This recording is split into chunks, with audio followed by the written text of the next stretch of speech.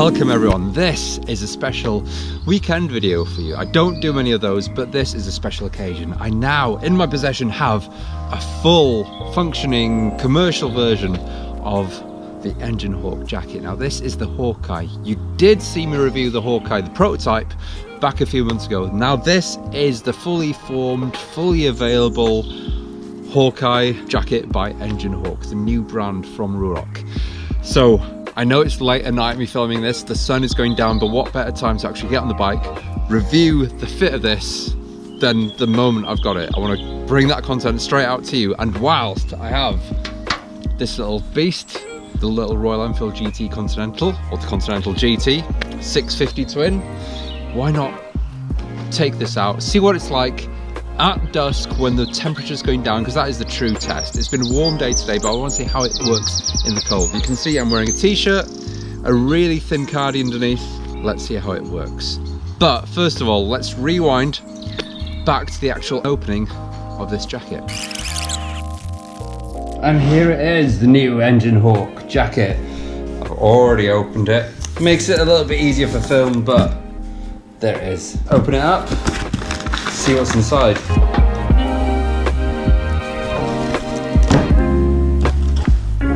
Branded black on the inside.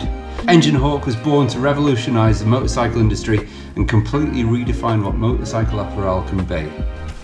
Here we are, some black tissue, a branded EngineHawk bag. Flip it over. Yes, I knew that was going to be there because I've seen pictures of this. EngineHawk emblem. Okay, so this is a bag for your jacket, but still, it's a nice touch. Some more black paper and the EngineHawk branded paper. Do you know, that is actually a nice finish. I like that. It makes it feel a little bit more premium, a little bit more thought of, rather than just getting something in a plastic bag. With it coming in a box as well, it's even nicer. But here it is. Oh, look at that. Now, I know this is another Hawkeye, but the reason, oh, here we go, some stickers. The reason I've asked for a Hawkeye is because I can compare this to exactly what the prototype was. There's a few things I can see straight away that are different. Obviously with a Hawkeye, as I mentioned before, you've got this stitched, quilted pattern up at the top, the reflective material on the arm, and that is really neat because it does look dark grey on here, or like a charcoal grey, but with headlights, it illuminates completely, so that is a nice thing. As before, as mentioned with the Hawkeye, you've got this fabric underside of the arm, which is stretchy, a ribbed back, but some instant differences I can see on here. These are now the final buttons on here. EngineHawk branded, in fact that is really small branding, but that is a nice touch that they've done that. EngineHawk branded zips down, they're pretty small, but still they have a almost like a rough texture on the back, so that means that you can grab it with your hands. Is one of the main differences. Okay, there's another zip up there, a neater one than there was there before. I don't know if you remember, but there was kind of a loop toggle. Check out the inside. Yeah, I'm sniffing it now. The smell of this is absolutely beautiful. I absolutely love the smell of this product. It smells good. Oh, here we go. This is another difference. This chain up here, so on the previous one, you might remember there was a looped chain, so that's quite a nice touch. It feels a lot stronger than the other looped material. Oh, hang on, this is another massive difference, is this little toggle on here. So that, again, I know from feedback from both the group and us as kind of testers, was that you wanted to get inside that pocket quite easily with gloved hands, because naturally that is where all your important things are going to be, your card, your phone and everything. That pocket fits quite snug behind there, so that pocket is going to be waterproof. Safstec armour, I believe it's a level 1 armour, so there's still got the armour on the inside, you've got the back plated armour in there. Level 1, fully upgradable if you want to go into level 2 as well, which everything I believe will be available from the EngineHawk website. Dare I say that the finish on this looks a little bit more finessed than the prototype, but that is nice. Let's turn it around. Again, what I love about this jacket is the ribbed backs, the emblem, the gel-filled emblem at the top, and again the subtle EngineHawk branding at the bottom. The fact that it comes lower down over your lower back, still love. And then you have the option to actually open it out and flare out. let's take it out for a ride. Let's see what I actually think of this one.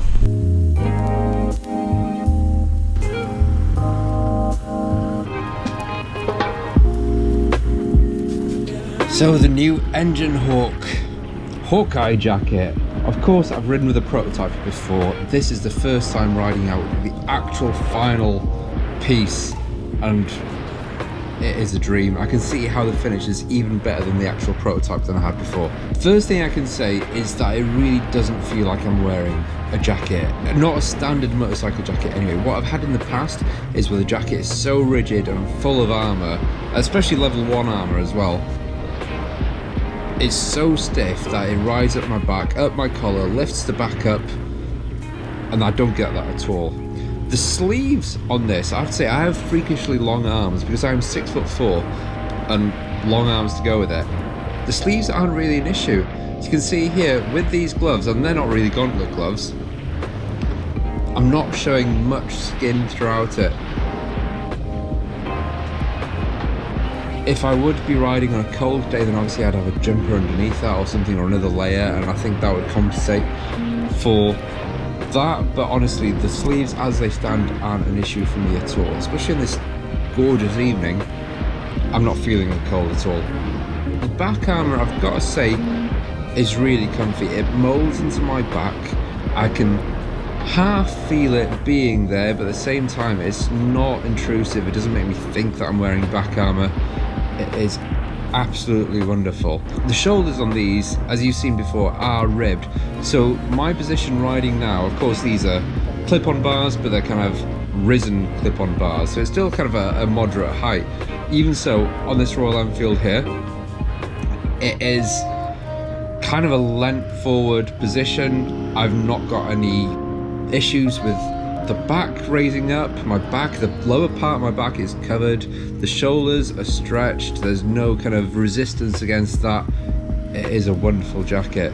With the wind and everything like that, of course, it is a breathable fabric on the underside of the arms, but at the same time, I'm not feeling any wind coming through. It's completely impervious to any wind.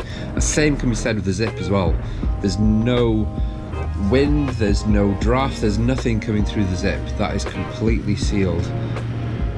I'm seriously impressed with this jacket. It is a joy to wear, and the best thing about it, I can step off the bike now and pretty much go for a walk and not look like I'm wearing a biker's jacket, even with all this level 1 armour inside it.